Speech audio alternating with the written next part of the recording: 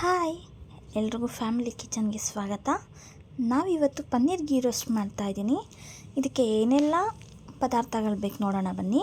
3 ಈರುಳ್ಳಿ, 1 medium size tomato, ಕೊತ್ತಂಬರಿ ಸ್ವಲ್ಪ, 2 ಹಸಿಮೆಣಸಿನ್ಕಾಯಿ, ಶುಂಠಿ, ಬೆಳ್ಳುಳ್ಳಿ, ಒಂದು 10 ಕಾಳು ಮೆಣಸು, ಚಕ್ಕೆ, 4 ಲವಂಗ, 2 ಏಲಕ್ಕಿ, 2 ಟೇಬಲ್ ಸ್ಪೂನ್ ಮೊಸರು, ನೆನೆಸಿಟ್ಕೊಂಡಿರೋ ಕೆಂಪು ಮೆಣಸಿನ್ಕಾಯಿ. ಇದನ್ನೆಲ್ಲನೂ ನಾವಿವಾಗ ಸಣ್ಣದಾಗಿ ಕಟ್ ಮಾಡಿ ಇಟ್ಕೊಳ್ಳೋಣ ಬನ್ನಿ. ನಾವು ಯಾವಾಗಲೂ ಶುಂಠಿ ಎಷ್ಟು ತಗೊಳ್ತೀವಿ ಅದ್ರ ಡಬಲ್ ಬೆಳ್ಳುಳ್ಳಿನ ಯೂಸ್ ಮಾಡಬೇಕು, ಆವಾಗ ತುಂಬ ಚೆನ್ನಾಗಿರುತ್ತೆ ಟೇಸ್ಟು. ಹಾಗೆಯೇ ನಾನು 1 ಕಪ್ಪಲ್ಲಿ ಬೇಯಿಸಿಟ್ಕೊಂಡಿರೋ ಬಟಾಣಿನ ತೆಗೆದಿಟ್ಕೊಂಡಿದ್ದೀನಿ. ಮೊದಲಿಗೆ ಗ್ಯಾಸ್ ಆನ್ ಮಾಡೋಣ. ಹಾಗೆ ಬಾಣಲಿ ಇಟ್ಟು 2 ಟೇಬಲ್ ಸ್ಪೂನ್ ಆಯಿಲ್ ಹಾಕ್ಕೊಂಡಿದ್ದೀನಿ. ನಾವು ಹೆಚ್ಚಿಟ್ಕೊಂಡಿರೋ ಅಂತಹ ಆನಿಯನ್ನ ಸೇರಿಸೋಣ. ಸ್ವಲ್ಪ ಫ್ರೈ ಮಾಡೋಣ. ಈ ಫ್ರೈ ಮಾಡುವಾಗ ಸ್ವಲ್ಪ ಸಾಲ್ಟ್ ಯೂಸ್ ಮಾಡ್ತೀನಿ ನಾನು. ಏನಕ್ಕೆ ಅಂದರೆ ಬೇಗನೆ ಈರುಳ್ಳಿ ಸಾಫ್ಟ್ ಆಗುತ್ತೆ ಸಾಲ್ಟ್ ಹಾಕೋದ್ರಿಂದಾಗಿ. ನಂತರ ಇದಕ್ಕೆ ಯಾವುದೆಲ್ಲ ಮಸಾಲೆ ಪದಾರ್ಥಗಳು ತೋರಿಸಿದ್ದೆ ಅದನ್ನೆಲ್ಲ ಆ್ಯಡ್ ಮಾಡ್ಕೊಳ್ಳೋಣ. ಇವಾಗ ಇದೆಲ್ಲ ಆ್ಯಡ್ ಮಾಡ್ಕೊಂಡು ಒಂದು ಸರಿ ಫ್ರೈ ಮಾಡ್ಕೊಳ್ಳೋಣ. ಇದಕ್ಕೆ ಹಾಗೆಯೇ ಫ್ರೈ ಮಾಡಬೇಕಾದ್ರೆ ಅರಶಿನ ಹಾಕೋಣ. ಅರಶಿನ ಹಾಕೋದ್ರಿಂದ ನಮಗೆ ಕಲರ್ ಚೇಂಜಸ್ ಆಗುತ್ತೆ, ನೋಡೋದಕ್ಕೂ ಚೆನ್ನಾಗಿ ಕಾಣಿಸುತ್ತೆ, ಫ್ಲೇವರ್ ಚೆನ್ನಾಗಿ ಸಿಗುತ್ತೆ ಅರಶಿನ ಯೂಸ್ ಮಾಡೋದ್ರಿಂದ. ಇವಾಗ ಫ್ರೈ ಆಗಿದೆ. ಫ್ರೈ ಆಗಿ ಆರಿದ ನಂತರ ಅದನ್ನು ಮಿಕ್ಸಿ ಜಾರ್ಗೆ ಹಾಕ್ಕೊಳ್ತಾ ಇದ್ದೀನಿ.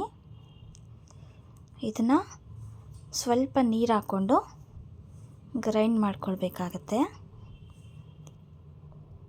ನೋಡಿ, ಈ ಹದಕ್ಕೆ ಬಂದರೆ ಸಾಕು. ಸ್ವಲ್ಪ ಅಷ್ಟೇ ನೀರು ಹಾಕ್ಕೊಬೇಕು, ಜಾಸ್ತಿ ನೀರು ಹಾಕ್ಕೊಳ್ಬಾರ್ದು. ನೆಕ್ಸ್ಟ್ ಅದೇ ಬಾಣಲಿಗೆ 2 ಟೇಬಲ್ ಸ್ಪೂನ್ ತುಪ್ಪ ಹಾಕ್ಕೊಳ್ತೀನಿ. ಇದು ನಾವೇ ಮನೆಯಲ್ಲೇ ಮಾಡಿರೋದು ತುಪ್ಪ. ಯಾರಿಗಾದರೂ ಹೇಗೆ ತುಪ್ಪ ಮಾಡೋದು ರೆಸಿಪಿ ಬೇಕು ಅಂತಂದರೆ ಕಮೆಂಟ್ ಮೂಲಕ ತಿಳಿಸಿ. ಮುಂದೆ ಬರುವ ಬ್ಲಾಗ್ಗಳಲ್ಲಿ ಆ ರೆಸಿಪಿನೂ ಸಹ ಹಾಕ್ತೀನಿ. ಇವಾಗ ತುಪ್ಪ ಕಾದಿದೆ. ಇದಕ್ಕೆ ಕಟ್ ಮಾಡಿ ಇಟ್ಕೊಂಡಿರೋ ಅಂಥ ಪನ್ನೀರನ್ನ ಆ್ಯಡ್ ಮಾಡ್ತೀನಿ. ಪನ್ನೀರ್ ಸ್ವಲ್ಪ ಲೈಟ್ ಬ್ರೌನ್ ಆಗೋ ಥರ ಫ್ರೈ ಮಾಡ್ಕೊಳ್ಳೋಣ. ಏನಕ್ಕೆ ಅಂದರೆ ಹಾಗೆ ಹಾಕಿದ್ರೆ ಕೆಲವೊಂದು ಸರಿ ಅದು ಪೀಸ್ ಆಗೋ ಚಾನ್ಸಸ್ ಇರುತ್ತೆ. ಹಾಗಾಗಿ ಈ ಥರ ಫ್ರೈ ಮಾಡ್ಕೊಳ್ಳೋದ್ರಿಂದ ಡಿಫ್ರೆಂಟ್ ಟೇಸ್ಟ್ ಬರುತ್ತೆ. ಇವಾಗ ನೋಡಿ ಲೈಟ್ ಬ್ರೌನ್ ಆಗಿದೆ. ಸೊ ಇದನ್ನು ಒಂದು ಪಾತ್ರೆಗೆ ತೆಗೆದಿಟ್ಕೊಳ್ತೀನಿ. ಅದೇ ಸೇಮ್ ಬಾಣಲಿಗೆ 2 ಸ್ಪೂನ್ ಎಣ್ಣೆ ಹಾಕ್ಕೊಳ್ತಾ ಇದ್ದೀನಿ. ಎಣ್ಣೆ ಕಾದ ನಂತರ 2 ಪಲಾವ್ ಎಲೆ ಹಾಕ್ಕೊಳ್ತಾ ಇದ್ದೀನಿ. ಹಾಗೆ 1 ಟೇಬಲ್ ಸ್ಪೂನ್ ಜೀರಿಗೆ ಹಾಕ್ಕೊಳ್ತಾ ಇದ್ದೀನಿ. ಇದನ್ನು ನೀಟಾಗಿ ಬಾಡಿಸ್ಕೊಂಡು ಆಗಲೇ ಗ್ರೈಂಡ್ ಮಾಡಿ ಇಟ್ಕೊಂಡಿರುವಂತಹ ಮಸಾಲೆನ ಸೇರಿಸ್ಕೊಳ್ತಾ ಇದ್ದೀನಿ.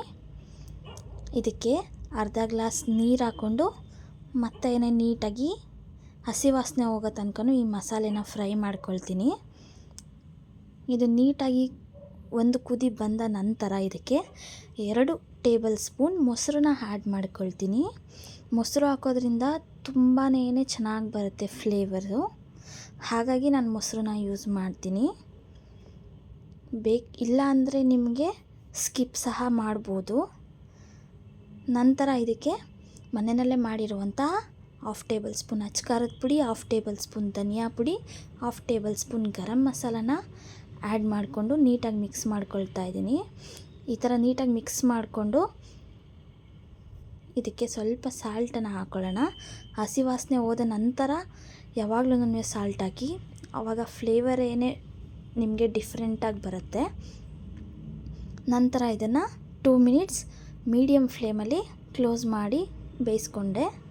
ಮತ್ತು ಇವಾಗ ಇದಕ್ಕೆ ಬೇಯಿಸಿಟ್ಕೊಂಡಿರುವಂತಹ ಬಟಾಣಿನ ಸೇರಿಸ್ಕೊಂಡಿದ್ದೀನಿ.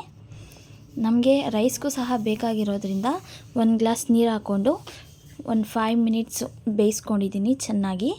ಇದರಲ್ಲಿ ಏನಪ್ಪ ಸ್ಪೆಷಲ್ ಅಂತಂದರೆ ಬೆಲ್ಲ ಹಾಕಿದ್ದೀನಿ ನಾನು. ಇದರಿಂದ ಒಳ್ಳೆ ಫ್ಲೇವರ್ ಕೊಡುತ್ತೆ ನಮಗೆ.